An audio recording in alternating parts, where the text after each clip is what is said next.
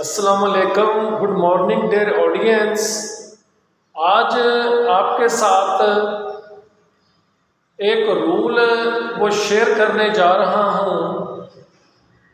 अक्सर आपने देखा होगा भी कुछ ऐसे आपके इंग्लिश में अल्फाज हैं, जब हम उनकी वर्ब की सेकंड फॉर्म बनाने जाएं तो जो लास्ट में उस वर्ब में लेटर दिया गया होता है वो हमें वर्ब की सेकंड फॉर्म बनाने के लिए डबल लिखना पड़ता है।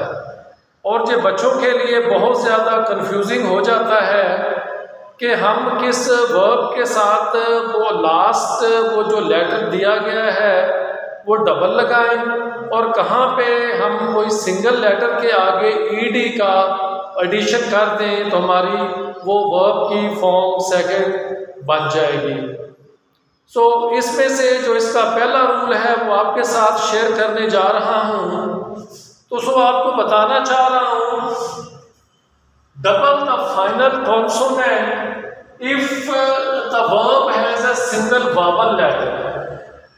अब वो कहना ये चाह रहा है कि लास्ट में जो लेटर दिया गया है वो कॉन्सोनेंट होना चाहिए।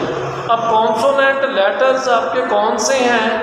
वो आपके, अगर हम A to Z लेटर्स की बात करें, there are 26 letters there and out of 26 letters there are 5 vowels or vowel, whereas the rest of the letters are called your consonant। वो 21 जो आपके लेटर्स हैं 26 में से वो आपके कॉन्सोनेंट हैं, जबकि 5 आपके जो लेटर्स हैं वो आपके वावल्स या वाउल्स हैं। वो वावल आपके कौन से हैं? जो कि आपका वाउल्स भी कहलाता है, दोनों साउंड आपकी करेक्ट है।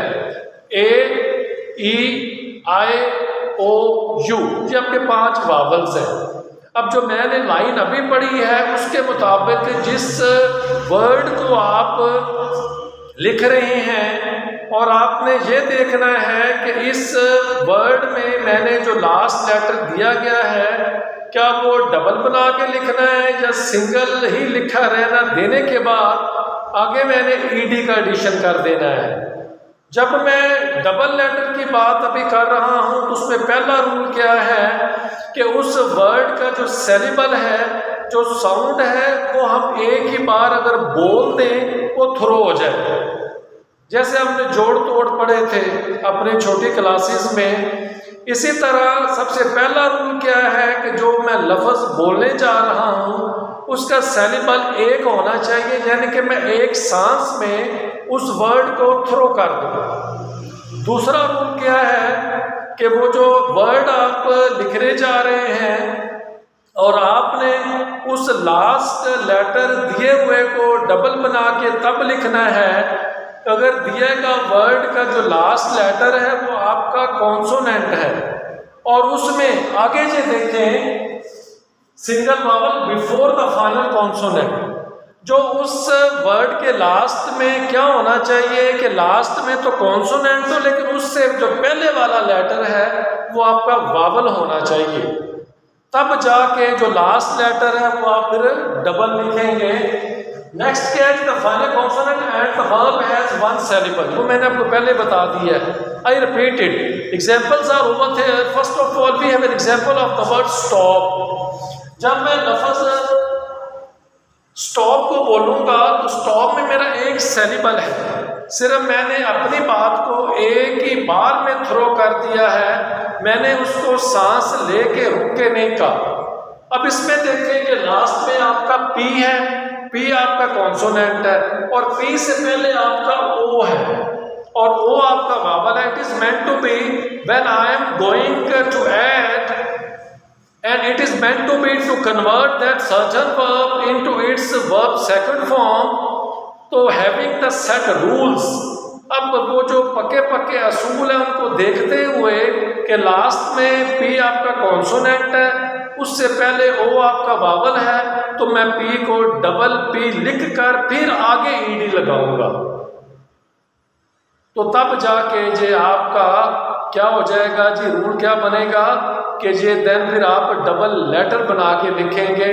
इससे अगला जो आपका वर्ड है वो आपका सपोज ड्रिप कर ले, DRIP, ड्रिप।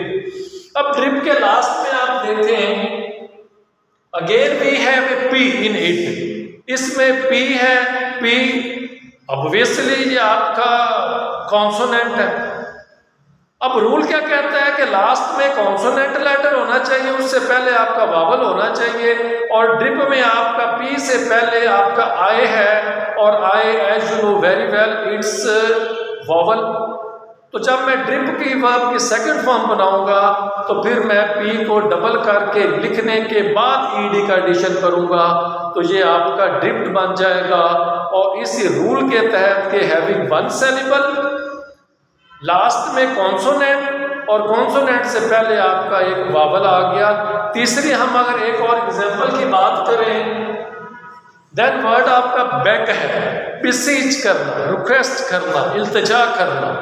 अब जी एज यू नो कि आपका कॉन्सोनेंट है, जी से पहले आपका ई है, जो ई आपका है वो आपका वावल है। अब यहाँ पे भी वही रूल अप्लाई होता है कि लास्ट में कॉन्सोनेंट, कॉन्सोनेंट से पहले आपका ई वावल है, so we are bound to add one more G to convert this certain verb into verb second form. तो ये फिर BEGGED आपका बैक्ड हो जाएगा। डियर ऑडियंस, होप सो कि मैं आपको कुछ हद तक ये समझाने में शायद कामयाब हो गया होऊंगा कि मैंने आपको सिर्फ एक असूल बताया है। अब जो नेक्स्ट असूल है वो बारी बारी करके अपनी अलग अलग वीडियो लेक्चर में समझाने की, शेयर करने की इंफॉर्मेशन आपके साथ कोशिश करूंगा। So thanks very much for your very precious time. It's Ali Khan Wajid, learn with जमनाई। और मेरे जितने ये लेक्चर्स हैं, जितनी मेरी इंफॉर्मेशन मैं किसी भी काम के हवाले से देता हूँ, ये मेरा फेसबुक अकाउंट भी है, मेरा इंस्टाग्राम अकाउंट भी है और मेरा टिकटॉक अकाउंट भी है। कोशिश करता हूँ, इमाम गजाली रहमतुल्लाह अलैह का कौल है, तुम में से सबसे बड़ा बखील वो है जिसके अपने पास तो इल्म है लेकिन वो दूसरों को नहीं देता। So I am trying my level best just to deliver all that what Allah almighty has bestowed to me. जो अल्लाह ताला ने मुझे अता किया है, कोशिश करता हूँ कि वो दूसरों के साथ उसको शेयर करूँ।